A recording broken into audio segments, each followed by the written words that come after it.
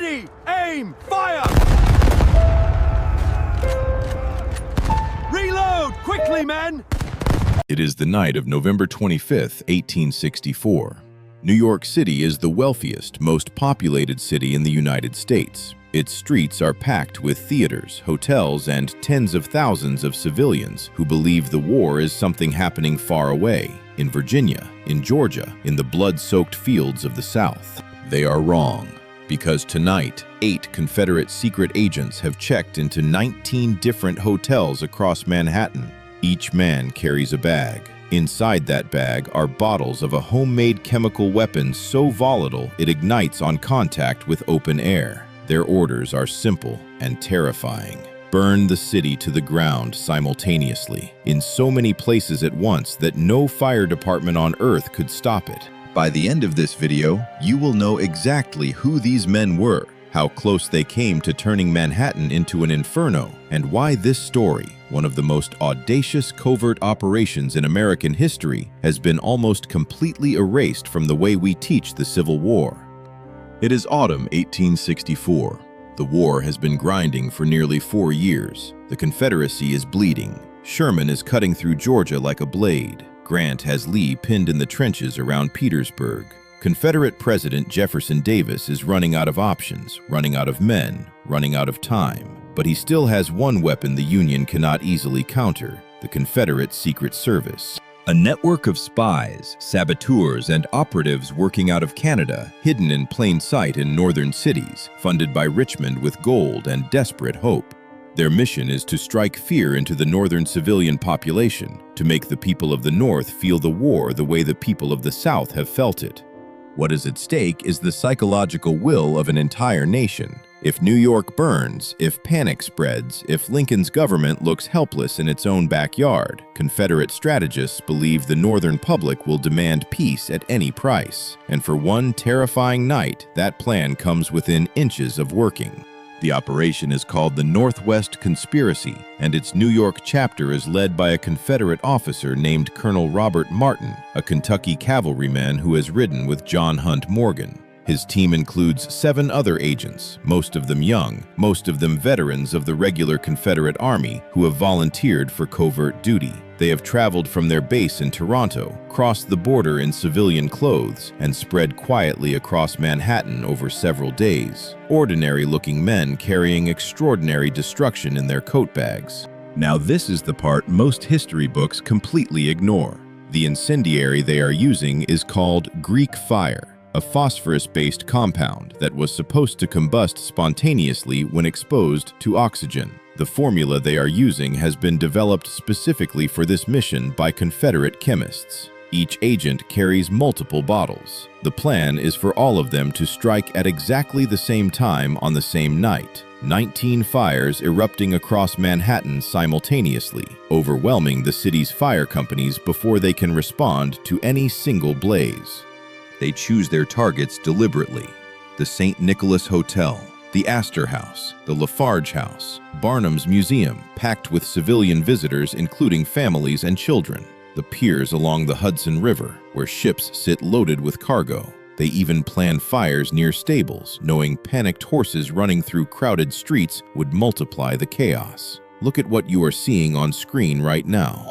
Our AI reconstruction shows Lower Manhattan in 1864. Wooden buildings pressed together along narrow streets, gas lamps casting orange light across packed neighborhoods, the Hudson waterfront dense with ships and warehouses. A single fire in the right place at the right moment with the right wind could consume entire city blocks in minutes. The agents strike on the night of November 25th. They move from hotel to hotel, pouring Greek fire onto beds, into closets, onto curtains. They light the bottles and walk out. 19 fires, all within a roughly 2-hour window. And then something goes wrong with their plan, badly wrong. But here's where it gets interesting. The Greek fire does not behave as promised. The formula the agents have been given is weaker than expected, possibly corrupted during transport, possibly simply flawed. The fires smolder instead of exploding. Hotel staff notice smoke before flames can fully take hold. Fire companies respond faster than the agents anticipated. At Barnum's Museum, a fire is discovered and extinguished before any visitors are harmed. At the Astor House, a bellman finds a smoking room and raises the alarm within minutes. Across the city, the fires are contained one by one, each one dangerous, each one genuinely frightening for those who discover it, but none catastrophic enough to trigger the chain reaction the Confederates needed. By morning, New York is shaken but standing. The conspiracy has failed. Now slow down, because even in failure, this story carries enormous human weight. One of the agents is a young man named Robert Cobb Kennedy. He is 29 years old, a Louisiana native, a West Point dropout who enlisted in the Confederate Army when the war began and fought with genuine courage before volunteering for the Secret Service. He is not a monster. He is a man shaped by a broken time. A man who believes, genuinely and desperately, that what he is doing is an act of war, not terrorism. That distinction will matter terribly to him in the months ahead, and it will not save him. Kennedy makes a fatal mistake after the failed attack. He stays too long in New York. He drinks, he talks, he is recognized. By January 1865, he is in Union custody. He is tried before a military tribunal, not a civilian court, a fact his defense argues strenuously, and convicted of acting as a spy behind enemy lines. He is sentenced to death. On March 25, 1865, just 2 weeks before Lee surrenders at Appomattox, Robert Cobb Kennedy is hanged at Fort Lafayette in New York Harbor. He is one of the last Confederate operatives executed during the war. He goes to the gallows, insisting he acted as a soldier, not a criminal. He writes a final letter to his family in Louisiana. The contents of that letter are heartbreaking in their simplicity. He asks them not to grieve too long. He tells them the cause was worth it. He dies believing that, in the way that only the very young and the very convinced can believe something in the face of the rope, whether one agrees with his cause or condemns it entirely, the human fact of that moment demands acknowledgement. A young man, a family waiting for news in Louisiana that will never come in time. A war that has already consumed 600,000 lives, now consuming one more, quietly, above a harbor, 2 weeks before it ends. The other agents escape back to Canada. Martin lives until 1900.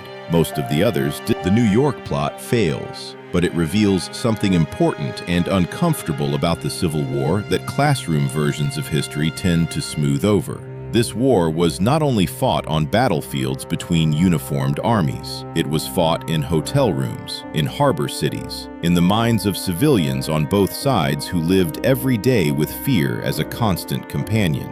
The home front was never truly safe, and the men and women who carried that fear, who smelled smoke in a hotel corridor and did not know if it was the beginning of the end, they are part of this story too. If you want to keep experiencing history this way, through AI reconstructions that place you inside the smoke and the shadows and the impossible human choices of the Civil War, subscribe to Civil War AI Timeline right now. Hit that subscribe button, turn on notifications, because every single week we are bringing you the stories that the standard history books buried, told with the urgency, the detail, and the human honesty they have always deserved. Next time, we reveal the Union's own secret weapon, the all-black regiment that stormed one of the most heavily fortified positions of the entire war and proved something the country was not yet ready to accept.